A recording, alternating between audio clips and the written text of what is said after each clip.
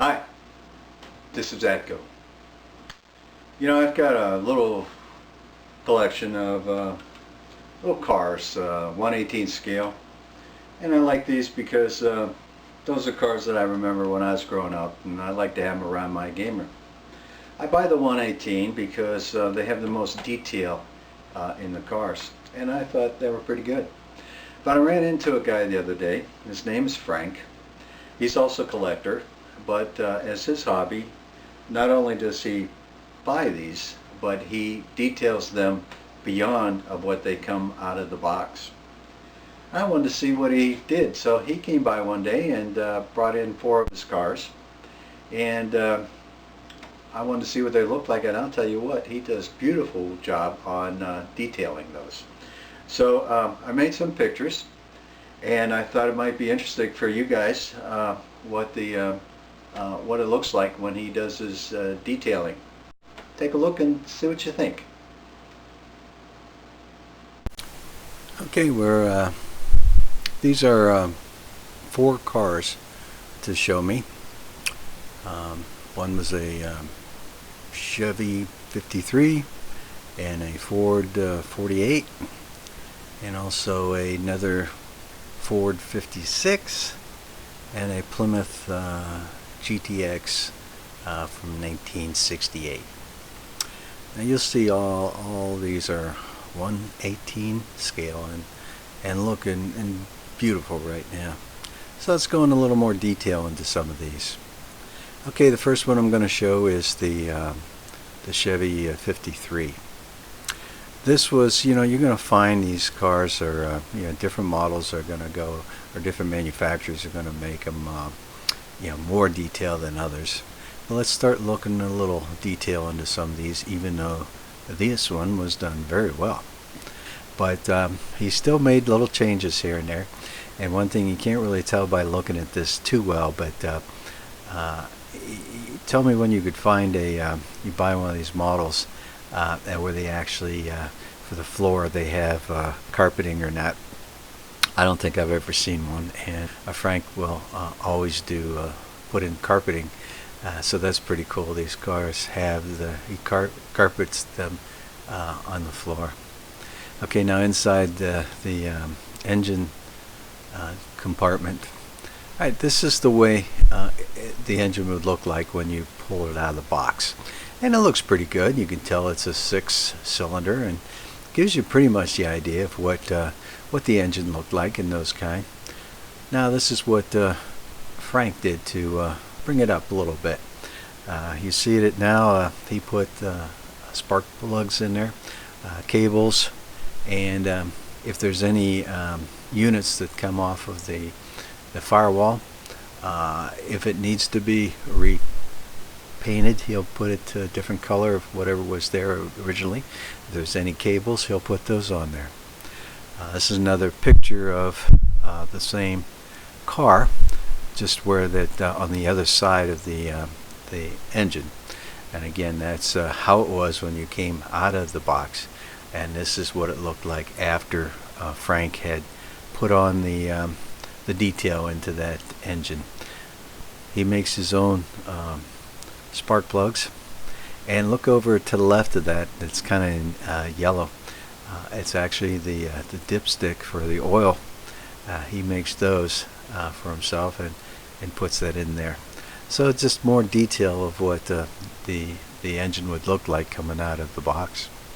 Okay, this next car is the Ford 48. This is a really nice shape. Looks really good.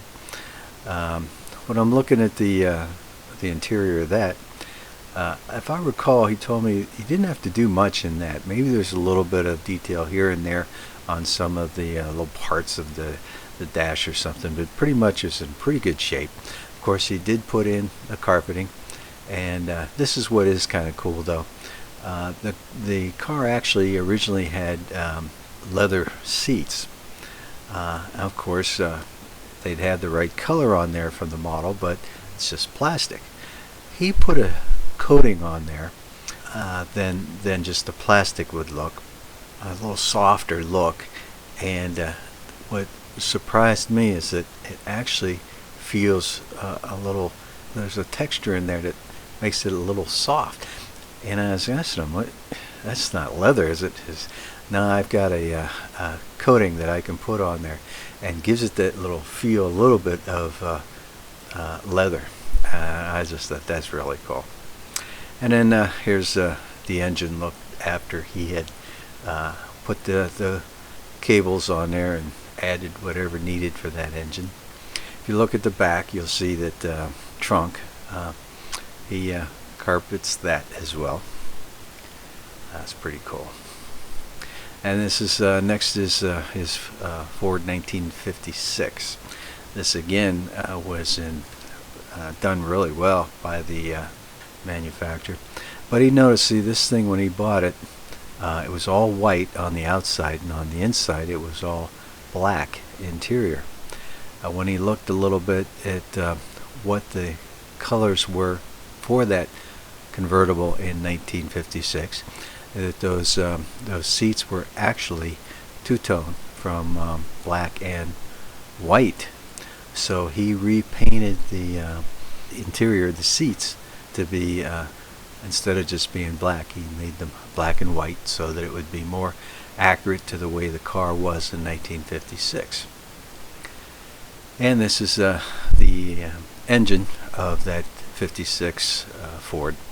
And again, with all the detail he did to bring that more accurate that it could be from the 1956 model itself. Okay, and then the last one I got here is the Plymouth GTX. When you look at the interior of that one, again, that's where he had put that coating in there. And if you see it, it really does surprise you that it almost looks like it is leather. And whatever that coating he uses, it just gives that extra texture that makes it feel a lot softer and have a leather look to it. And of course he put in his carpeting in there. Now here's the engine compartment. I got that from that same model from someone else, that the way it came out of the box. And then this is after Frank had detailed that to with all the cables and all the colors and all that were needed. Just beautiful job.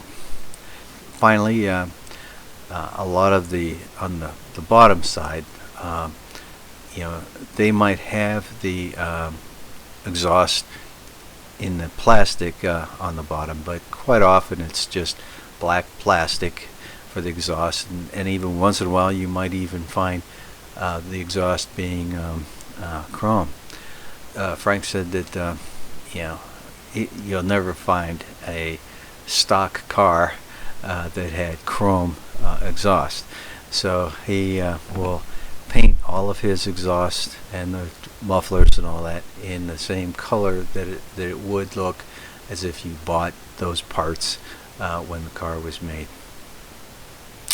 So I mean, it's amazing what the detail and what he does with this. And you know, Frank, his career has been he's been in music more than anything, but now he's pretty much retired, and he has this as a hobby, and I just thought he does a great job. Well, I hope you find that interesting. I sure did. And it's amazing what he's able to do. He told me sometimes he can spend anywhere 40 hours to over 100 hours for one car. So anyways, I just thought I'd show this to you and see what you thought. And I hope you enjoy it. And for now, this is Atco, signing off.